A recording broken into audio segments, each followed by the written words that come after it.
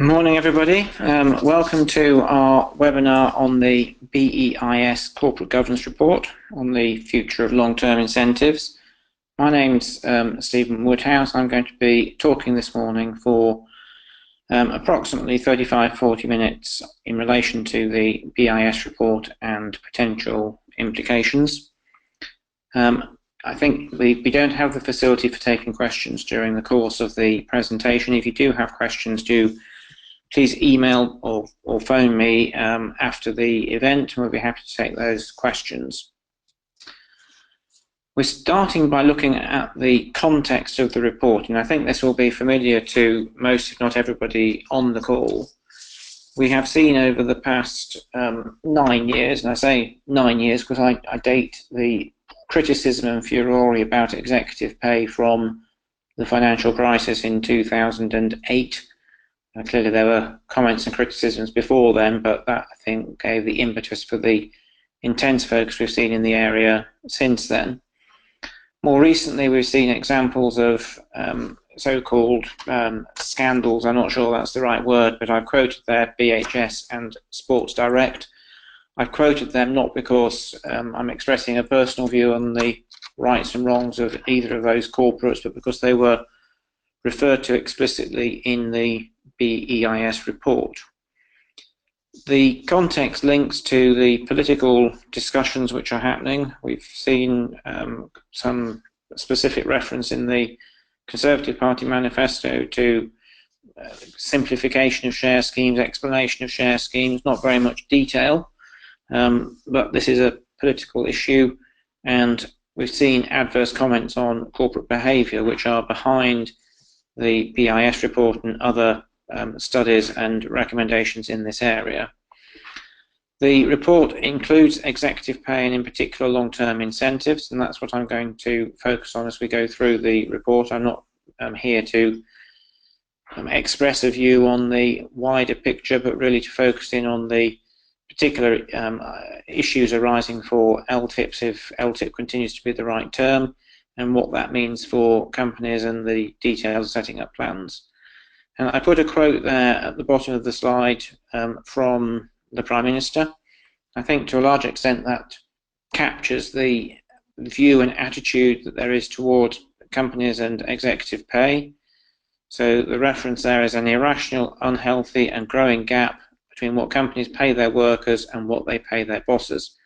You would look at that and you wouldn't think that that was a statement from a Conservative Party Prime Minister, but that's the statement of the current position.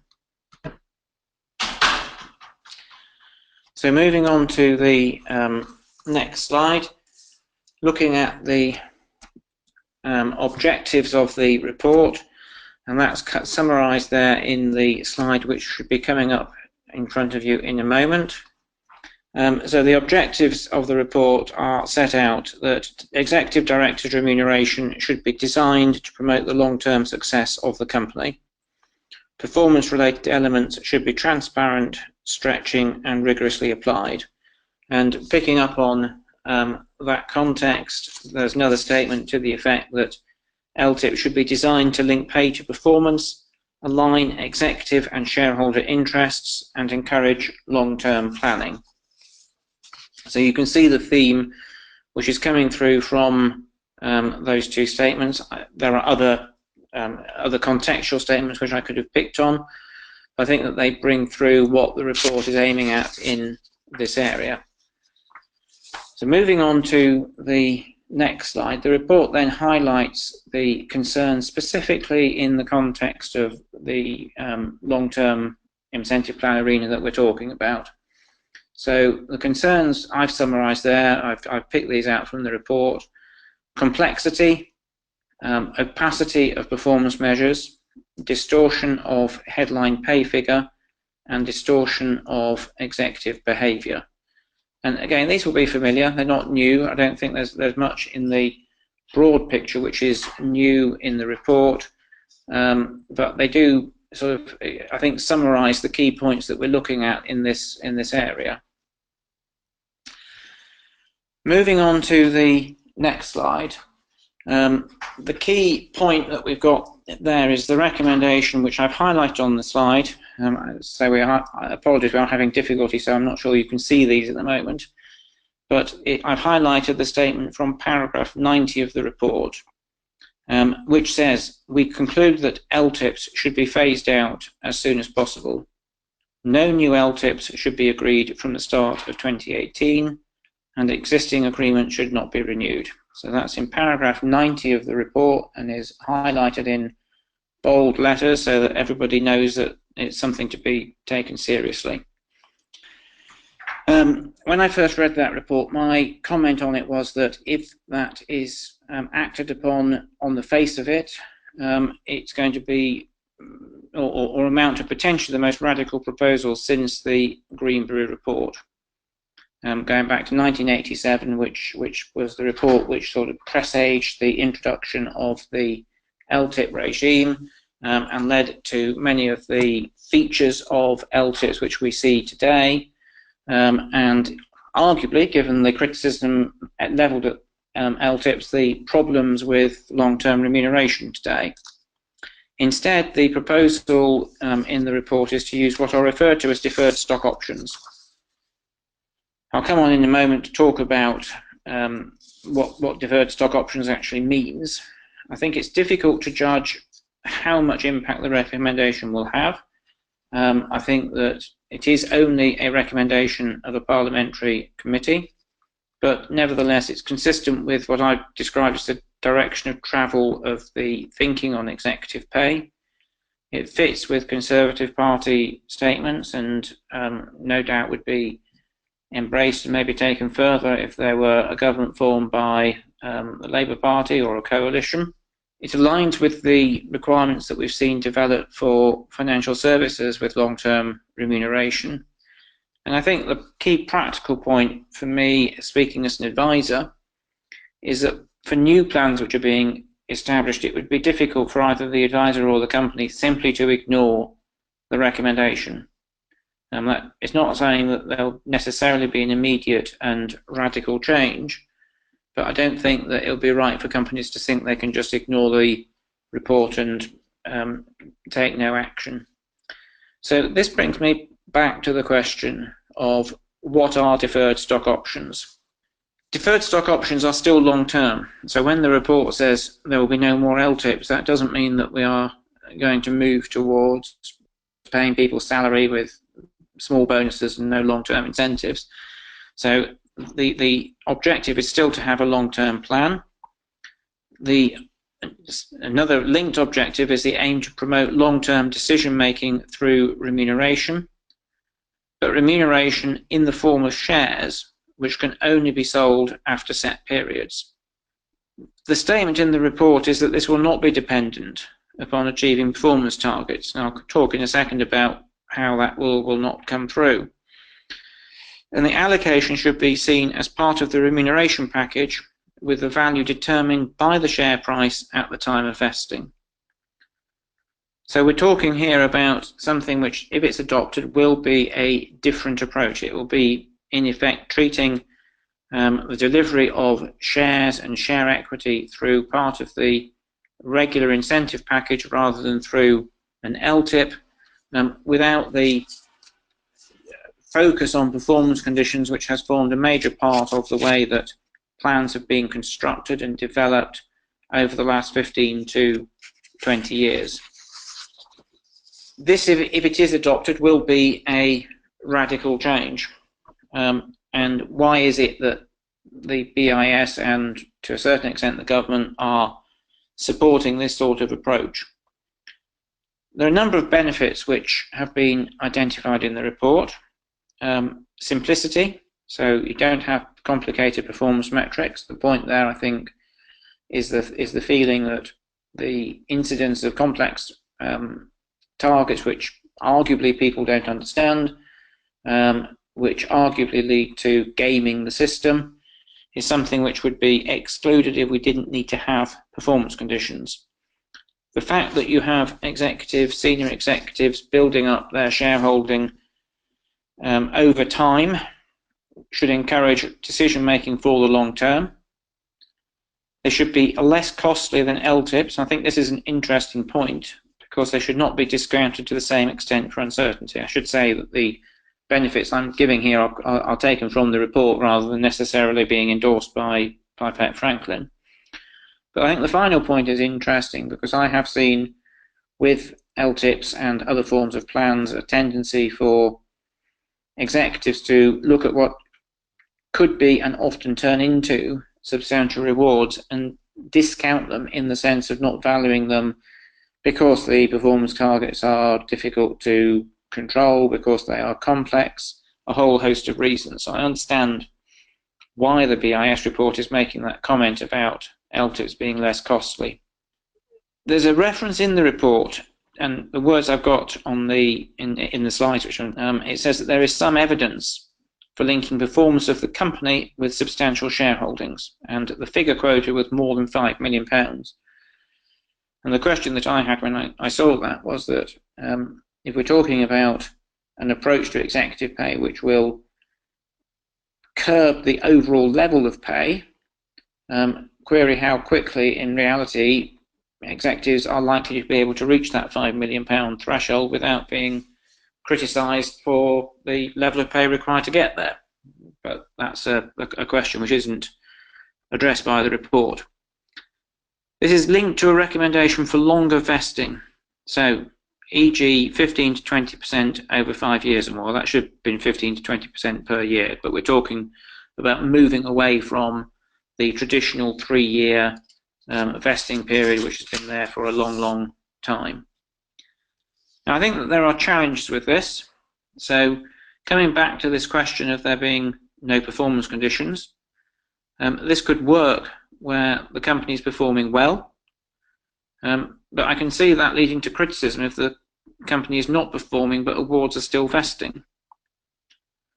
If there's a requirement for substantial value to be held in the form of company shares, then I can see a conflict between personal financial objectives and the requirements of the plan.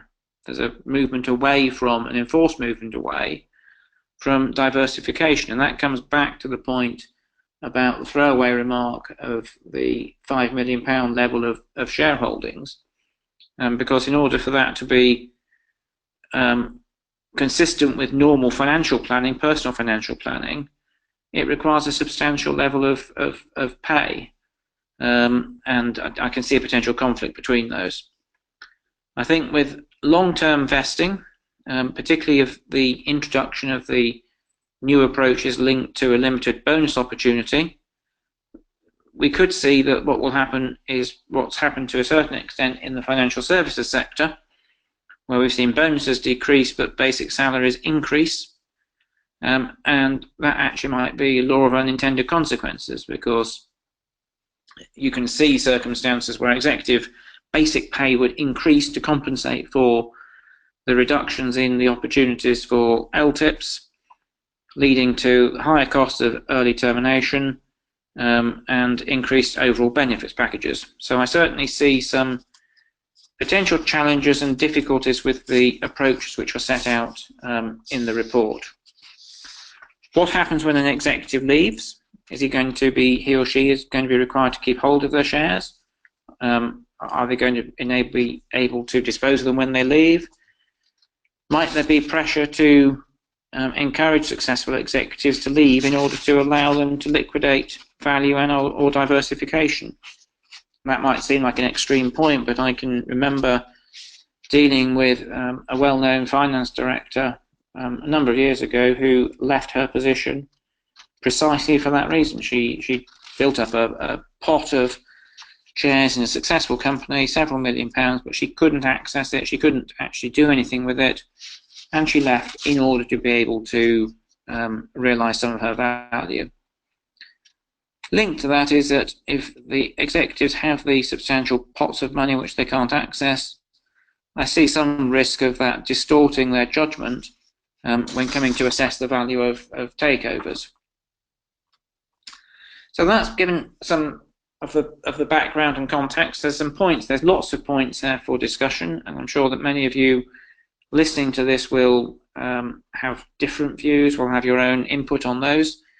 So what I'm going to do now is to move on to look at the practical issues as I see them and Pett Franklin sees them from considering the report in the context of the work that we do for our clients. I said earlier that I don't think companies can ignore the proposals. So I think what that means is that new plans will need to take them into account, and that will impact on documentation, even if there is no immediate decision to introduce a deferred stock option or something which equates to that and is consistent with the approach in the report. It would seem sensible when introducing new plans to ensure that there is flexibility to allow that to happen in future years, and for the adoption of the plan by shareholders to reference that and to provide flexibility. So that implies a requirement for new plan documentation and shareholder approval for fully listed companies, probably best practice for AIM, even though that may not be required by the regulations. And it should be clear whether there's an intention to adopt the deferred option approach, the flexibility to cover this, what does it mean, and address the commercial points that I was highlighting earlier when we were talking about some of the potential challenges. What I've set out in the remainder of the slides is looking at three different approaches to the design of plans and the tax treatment of plans, which would fit with the new approach set up by the BEIS. So approach number one would be offering executives free shares subject to vesting with immediate ownership. There's a question there whether prior to vesting and the executives are holding shares, they'd be entitled to receive dividends or not. There'll be a question on how shares would be treated on leaving employment and whether vested shares needed to be retained by the participant or whether they'd then be free to dispose of them. But that, in essence, I think, is the approach which was envisaged by the committee which wrote the report. It is straightforward in terms of the documentation. There are some issues, but in broad terms it is resulting in the executives immediately becoming full shareholders, and in concept is very straightforward. I think when you dig into the detail of it, it gets a bit more uncertain, and in particular when looking at the tax treatment, because if we look at that simple approach of somebody having shares immediately, and they are subject to they're subject to vesting, but they do actually own the shares, maybe subject to restrictions, then on the face of it, one approach would be to say, well, we want to get into capital gains tax when we come to sell the shares, like any other shareholder. But in order to achieve that under the UK tax system, it would require tax and NICs to be paid on award. So this would necessitate the executive signing a Section 431 election. A Section 431 election is an election by both the employer and the employee to accept that tax will be paid upfront on the full value of the shares, ignoring restrictions. So that the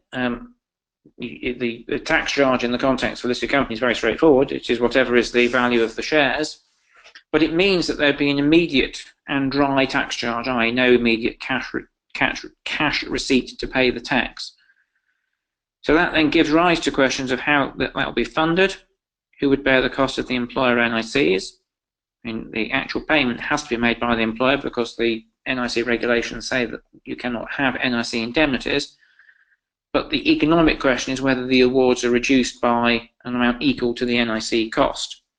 And in tax terms, looking at it from the corporate side, there will be corporate tax relief when the shares are awarded on the value of the shares. So the overall tax treatment comes out as being very much like a normal cash bonus, but without having the immediate cash to pay the tax. So that is approach number one. Approach number two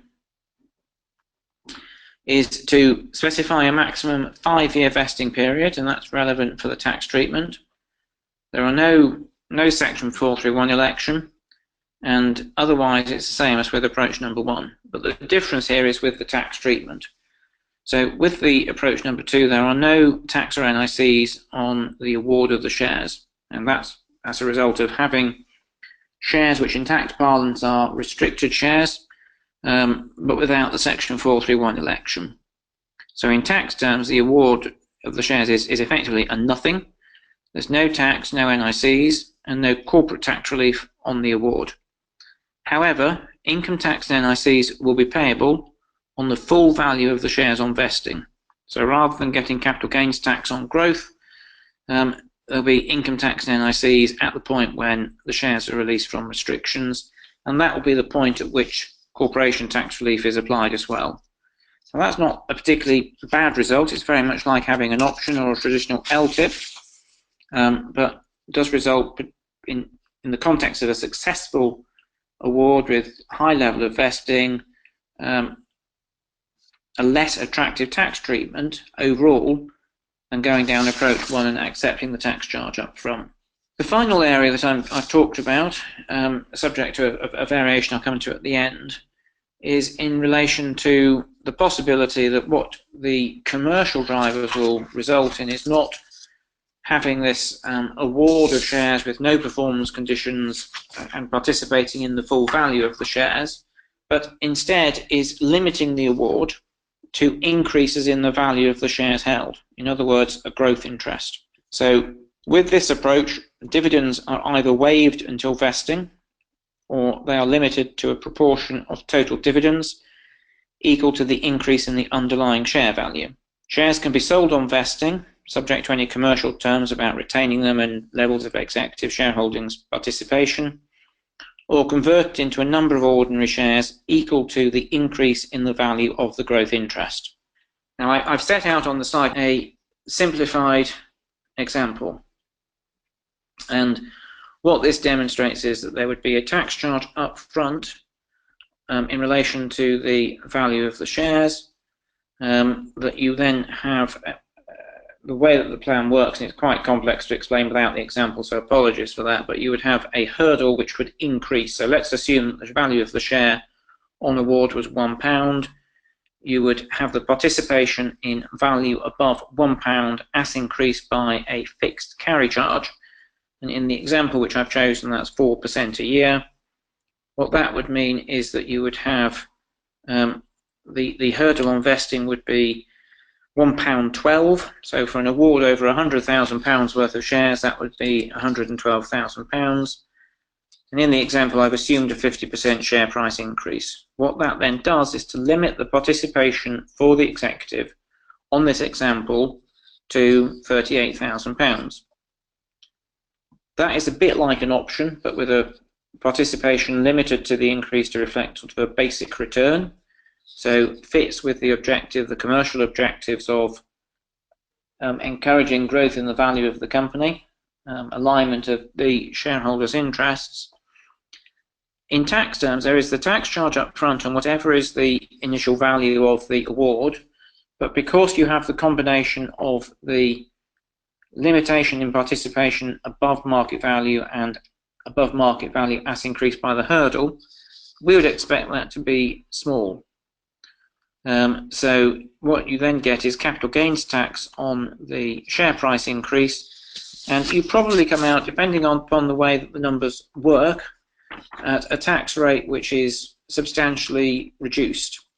So again, with the worked example that I have on the slide, and we will send these around subsequently, I've taken an example of 100,000 shares at £1 each, £100,000 worth therefore, increased on by the carry charge, and I've just taken an example there of the market value being agreed or established at 5p per share. What that does for a 45% taxpayer, taking into account the personal NIC charge, is give rise to a tax charge of £2,350. You have no tax charge on vesting because in tax terms there's nothing happening. Capital gains tax on sale, I've assumed for the example at 20%. What that does is to produce an overall tax charge on the examples I gave before. So we're talking about a 50% share price increase over the vesting period for a top rate taxpayer of 8,950. So with an effective tax rate as a result of 23.5% for the executive, but no corporation tax relief. Now, there's more complexity that goes into the design of that for a particular plan. I don't want to go into too much detail here because it is going too much into the specifics of the approach, but it is an approach which would meet and fit with the requirements, or what I would see as the requirements of the new approach set out in the BEIS report.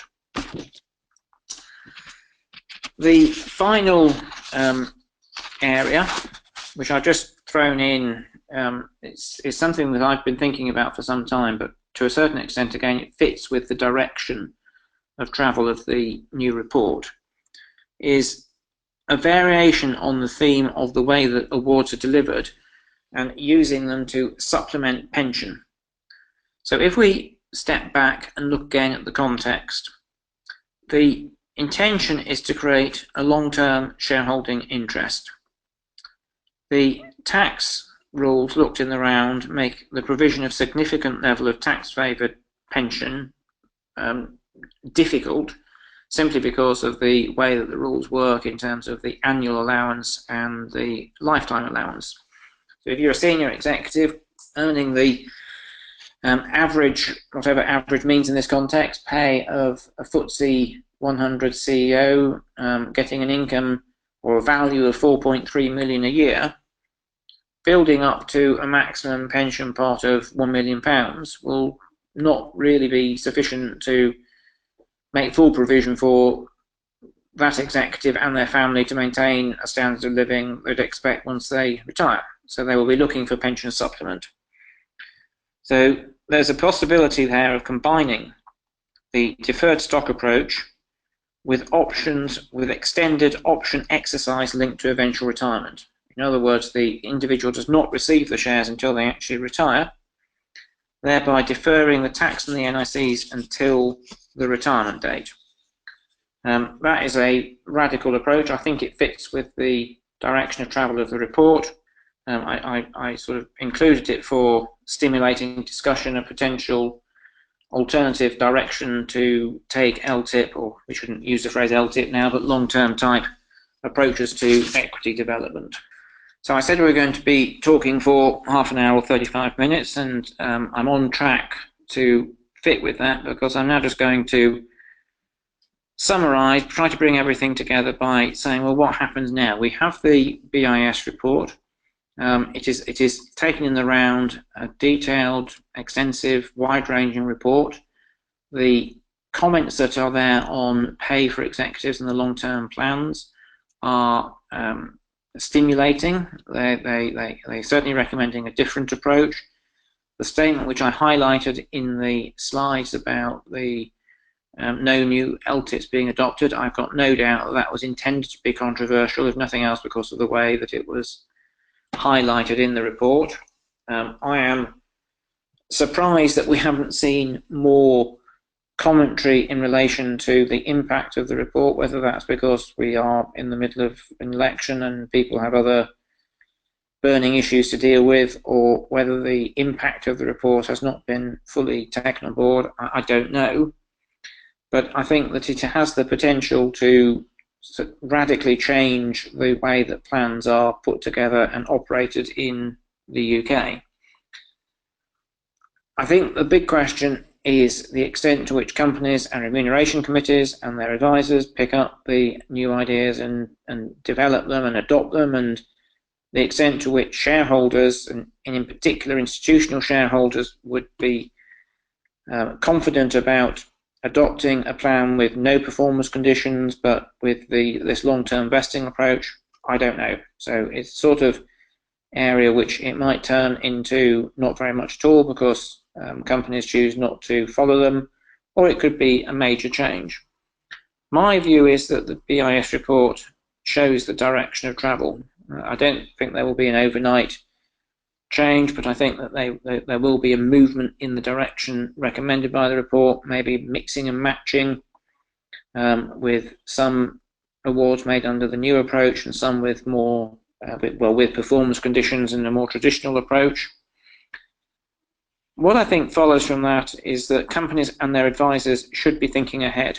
They should be making plan documentation flexible and try to make sure, so far as is possible, that the plan documentation is future-proofed. Now, we can't future-proof it in the sense that we don't know what changes will come through politically, how the views of institutional investors will change, so it cannot be 100% future-proofed. But this comes back to the direction of travel point. You can see where this is going in many respects, and what I think is incumbent upon advisors and companies is to ensure, so far as they can, that the documentation and the structure of the plans are sufficiently flexible to allow them to develop over time. So I would expect the form of plans to move more towards the US-style omnibus plans, where there's a lot of choice about the type of awards that can be made built into the plan, and that gives remuneration committees and companies the ability to adapt to changing circumstances more rapidly and more nimbly than with plans which have a more limited scope. So I think the new approach will necessitate rethinking the design of and approach to long-term incentives in the UK. I think it will be an interesting development over time. We'll see how the new report is adopted. We will certainly be ensuring that plans that we introduce for clients will be intended to have that flexibility. And I think it will be a question of watch this space. So to summarise, thank you very much for listening to me. So thank you very much, and we will, I hope you enjoy the rest of your day. Thank you. Bye.